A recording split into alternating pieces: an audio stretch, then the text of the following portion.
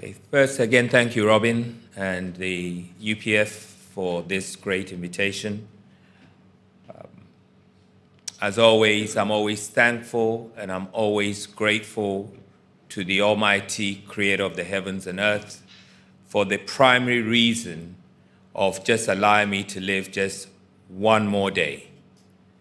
We take it one day at a time because you really don't have, with everything that's upon the face of the earth, the gift of life. The gift of life comes from another source. No man, woman, or child has control or monopoly over the gift of life, which also means that if you are given the gift or the blessing of life, you must cherish and appreciate it to use it for the essence to which you've been allowed to live. Not everybody woke up today. Even as we are speaking right now, as you're taking a breath of air in, someone is taking their last breath. So we've always got to go back to those essential things that allow us to be who we are. Again, I'd like to greet each and every one of you in eternal peace and everlasting love. In the short time that I have, I would like to plant some seeds, some things for us to consider. Definitely the subject matter is vast, world environment, and I love the operative word day. World environment, but I love the operative word day. And by the time we finish this discussion, we actually should be thinking about world environment year, decade, century, millennium, because the earth and the environment is the platform for our existence. Without the earth and the environment, our existence is of none effect. I do understand that they're making the thrust to live on Mars, etc. But again, we are going to try to unpackage the science in the short time for World Environment Day. So, bear with me more. So again, we would start with this. In 2023, the subject matter is plastic. This is 2023. And I'd like you to stay with me because as we unpackage this, you'll understand why we have to broaden the perspective of what we're into. And it's said over 400 million tons of plastic is produced every year. And estimated and of what? 19 to 23 million tons end up in lakes, rivers, and seas annually, which is the weight of 2,200 Eiffel Towers. Every year, consistently, legally.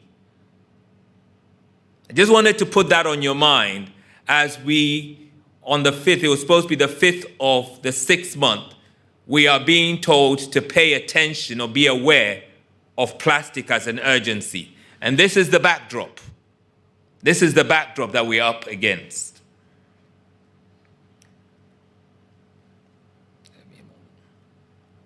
Now, they also now have realized the essence of microplastics. And I'd like you to see that our planet consumes more than 50,000 plastic particles per year. And most of it is via inhalation. I really would just like you to stay with that because you know that in a lot of the offices in the West, you're not even allowed to smoke in the office. So if you're not allowed to smoke, which is a form of inhalation, nobody is talking about the inhalation which is coming via plastics. Again, stay with me.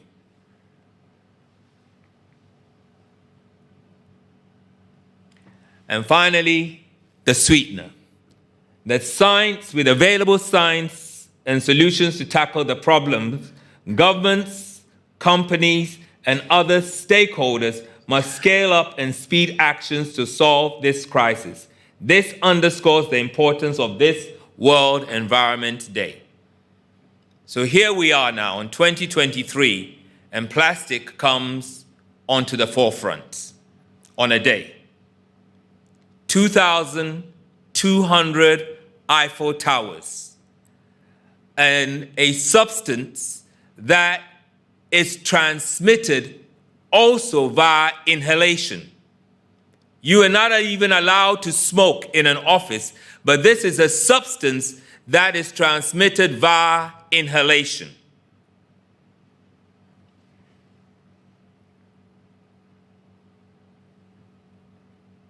So, let's go back to see some of these other things which have come up on the Environment Day. Because when we go to the backdrop, it may necessitate another kind of thinking, which each and every one of us needs to get involved around. And why I am expanding the understanding of this is that each item in the environment poses as an existential threat to your ability to live on this planet. Each item which affects the environment also poses an existential threat to your existence or your well-being of life. So as we go along, let's look at some of the themes. Since this started in 1972, we'll go quickly through because it's limited time, but I said I'm sowing seeds. So we look at this. Look at this, some of the themes that have been discussed.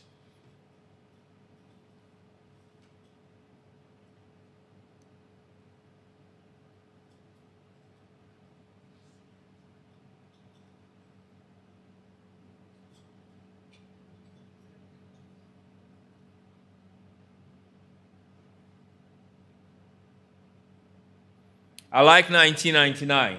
Our Earth, our future. Just save it. 1999. 2002.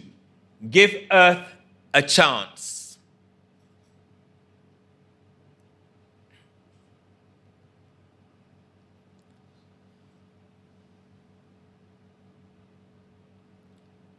2010. Many species, one planet, one future. And finally, beat plastic pollution, 2018. Beat air pollution, 2019. Time for nature, 2020. Ecosystem restoration, 2021. Only one Earth, 2022. And finally, solutions to plastic pollution. Since 1972. So, would it be fair for me to pose the paradigm? That is there a need for another perspective in regards to the environment? Because we see all these things are just being discussed on a conference level, on a day level. Things which pose an existential threat to our ability to live. Maybe prior to you coming over, you did not realize that the urgency or the impact of plastic could also be transmitted via inhalation. Maybe you just thought it was just something that seeped into the water. But now you know it's as threatening as the cigarette that someone smokes. But there are laws against smoking, but there are not laws against plastic that can be transmitted via inhalation. So let's go back and plant a seed. See, via language, there are certain concepts that allow for the preservation or the restoration of the environment. Language comes through a people's ability to cognitively think about their existence and craft a cultural methodology of how they would stay in harmony with that. Unfortunately, the language of business today, quote unquote English, sometimes is insensitive to environmental issues. What do I mean? Let's take Hebrew. And I'll only take Hebrew, not because everybody speaks Hebrew, but I want to tie it to this. And I'm going to take you out of your comfort zone because a lot of those who sit, or a lot of the world, is still predominantly immersed by what you call Abrahamic spiritual concepts, whether it's Judaism, Islam, or Christianity. all coming from the source. So, if you want to destroy any species, it is known. If you want to destroy any species, the first thing you do is to destroy the ecology upon which that species depends on to survive. Let me say that again. If you want to destroy any species, all you have to do is to destroy the ecology upon which the species survives. So, let's deal with some things which we can tie in now. The species being destroyed. You find plastic in water and it doesn't affect you because our cognitive preparation or our education doesn't make us sensitive that we are inextricably tied in to the environment. How are we tied in to the environment? Because unless you are given a mindset which makes you sensitive that you and the environment are interlinked, you would feel that the environment is something which is very insensitive, it's just earth, and you are dominant. But that's the fallacy. Each one in this room is at least 75 to 80% water. Water. Even at the time of one's death, scientifically, the body still holds about 56% water. So what does that say about our environment? It means the preeminent concerns of our existence in the environment means we have to protect what? The water sources. Everyone breathes. So it means anyone who affects the air we breathe is a threat to our existence. So, in building up the case for World Environment Day, we go into Hebrew. And Hebrew is so significant in the thought. When we read in the first book that man was formed from the dust of the earth, that is very incorrect. See, when you translate any language into another language, many times you lose the essential thought of the original language which can't be transmitted into the next language. The Hebrew text has been translated from Hebrew to Greek to Latin and then to English. By the time you get to English, the original idea which is tied into the environment has been lost. So let's go back to Hebrew. In Hebrew, it's not that man was formed from the dust of the earth. It is man was formed from the minerals of the earth. Afar. Not dust. Dust makes it seem like it's just some dust. I'm dusty. But when you say minerals, it brings a scientific component of the environment into man, which means that everything that is in the earth is also in man, in some calibrated form. There is gold in man. There is iron in man. You need iron in man. You just need it in an organic form. Otherwise, you become anemic. There's calcium in man.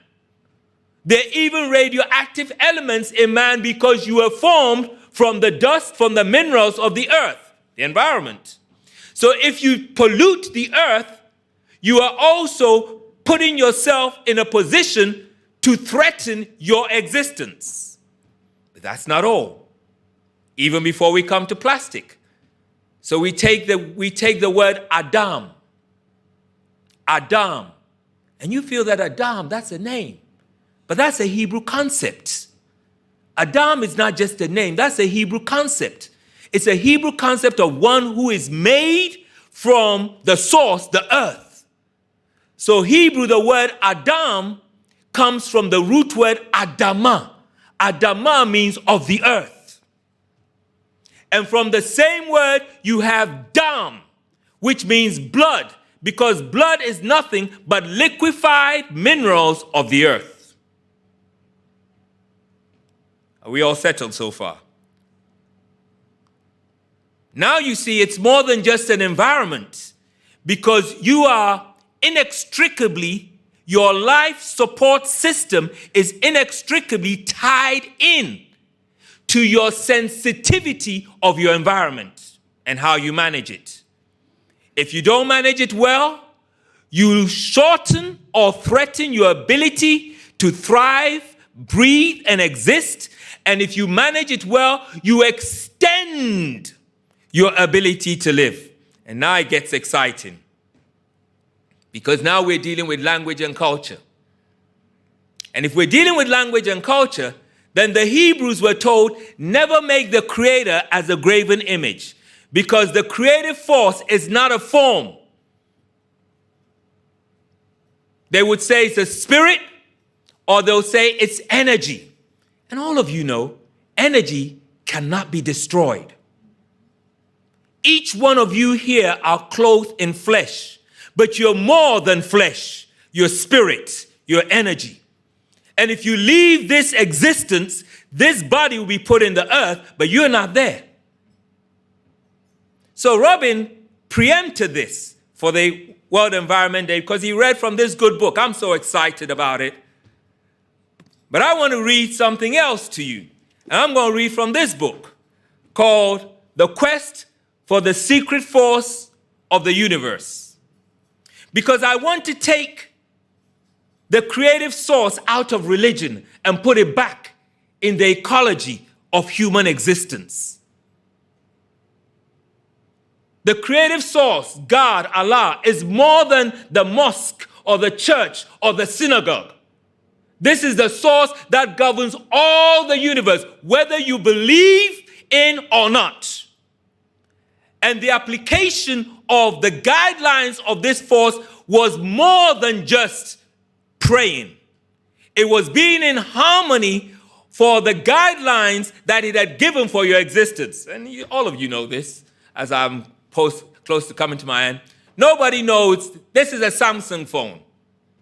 And I'm just doing this, Robin, because in Germany, you know, Germans challenge you. When I talk about God, they say, well, how do you know that God exists? You know. So this is a Samsung phone, World Environment Day. Well, I don't know Samsung. I've never seen Samsung. I don't know his family. I don't know what car he lives in. But I am able to attest to the mind of Samsung based on what he has produced. So whether I know Samsung or not, what he has produced, Auntie Margaret, is a testimony of the mind of Samsung. Would we all agree with that? And if I want this phone to work in harmony well, I have to obey what? The guidelines that Samsung, who I don't know, has given me to make this phone work. But I've never seen Samsung before. But that still does not invalidate. If this phone has got to work, whatever guidelines Samsung gave me, if I don't keep to those guidelines, this phone won't work. Well, then we can come back to where we are in World Environment Day. I'm not going to say I'm that spiritual that I've seen God. But I know that there's a greater source that exists because the testimony is all around us. None of you have seen the hair on top of your head, have you? With your eyes. But you know you got hair on top of your head. Some of us. You see the leaves. You see the water. You see the earth. And what happened?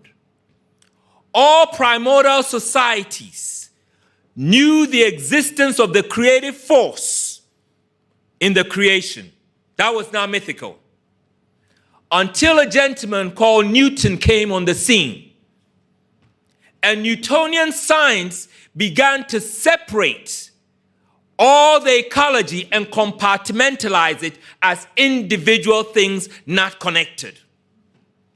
And once that perception came, we became insensitive to our connection to the environment which supported our ecology. So as we go to the end, because I said I just wanted to leave some thoughts in your mind. The great brother Moses, when he brought the children of Israel out of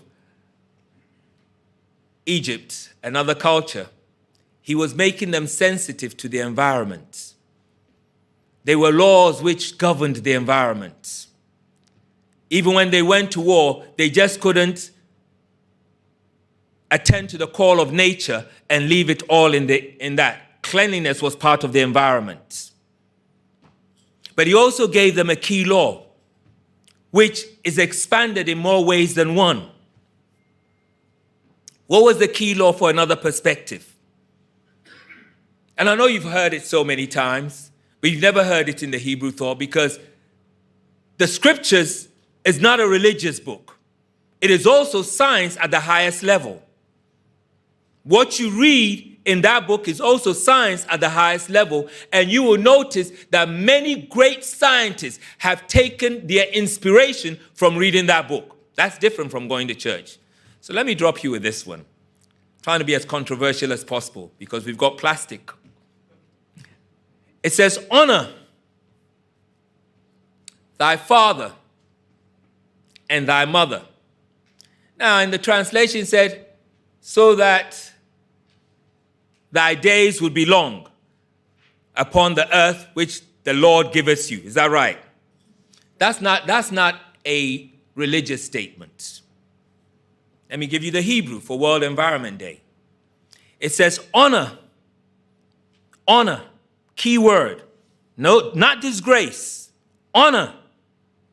Not desecrate. Honor thy father and thy mother, that they, thy father and thy mother, may prolong your days upon the land which the Lord thy God giveth thee. Now, how does this tie into this? I must be crazy. How does this tie into this? First, thy father,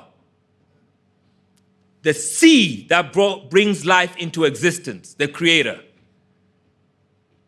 You honor the truth of the creator, that creative seed. Like I said with Samson, when Samson produces the phone, he has a principle, which is a seed upon which this phone functions. And if you don't use the thought or the seed, the phone fails to function. The creator also has principles which govern life, truths.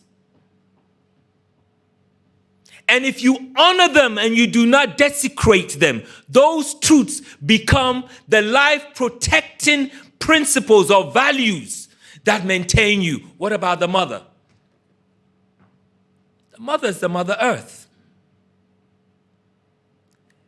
The synthesis of truth, the universal principles, and the earth working in harmony enhances life. And if you pay particular attention to both of them, the mind that would have created plastic would not have created plastic in the first place. Because plastic, in whatever utilitarian form it is a desecration to the mother. So in closing, just dropping some thoughts. I like to read something in this book. As people who don't believe in religion are searching for the source of the creation. And the creation it's awesome, Sheikh. In fact, when you think about the creation, it's awesome. This World Environment Day is a microcosm of the creation. Let me just stimulate you with the creation. The furthest galaxy from this earth, the furthest galaxy from this earth is 28 billion light years away. The furthest galaxy from this earth is 28 billion light years away. You can't even calculate that on your little calculator. Because a light second is 186,000 miles. Now put it into billions. That's the great expanse of the source that brought us into existence. So in closing, let's read this. And it reads on this wise. It says, most fundamentally, the scientists had provided evidence that all of us connect, and this is where, Robin, where you shared, he said that all of us connect with each other and the world at the very undercoat of our being. All of us. When Robin breathes out, whatever Robin breathes in, it goes into his body, it interacts with his DNA and his cells, and when he breathes it out, you breathe it in. So you breathe part of Robin into you. As we are sitting in this room, each of us has breathed somebody's cellular makeup into our existence. Let's go on. I'm coming to the end. I know I'm getting a little boring, but it's okay. It says, through scientific experiments, the scientists demonstrated that there may be such a thing as a life force flowing through the universe. Did you talk about nature? Said there may be such a thing, the scientists, as a life force, not a death force, a life force flowing through the universe. It goes on. It says, which has variously been called by the scientists collective consciousness, or as theologians will term it, the Holy Spirit. This is not a religious book, but even the scientists acknowledge that there's a mind greater than you and I that exists. So as we come to World Environment Day, we've got to think with another paradigm, and we've got to go back to the source and begin to investigate the source. What did it place that will cause us to be able to prolong our life upon the earth which the source had given us? And if we desecrate it, then these will become essential. But if we don't, these will not even become a matter of our existence. Thank you ever so much.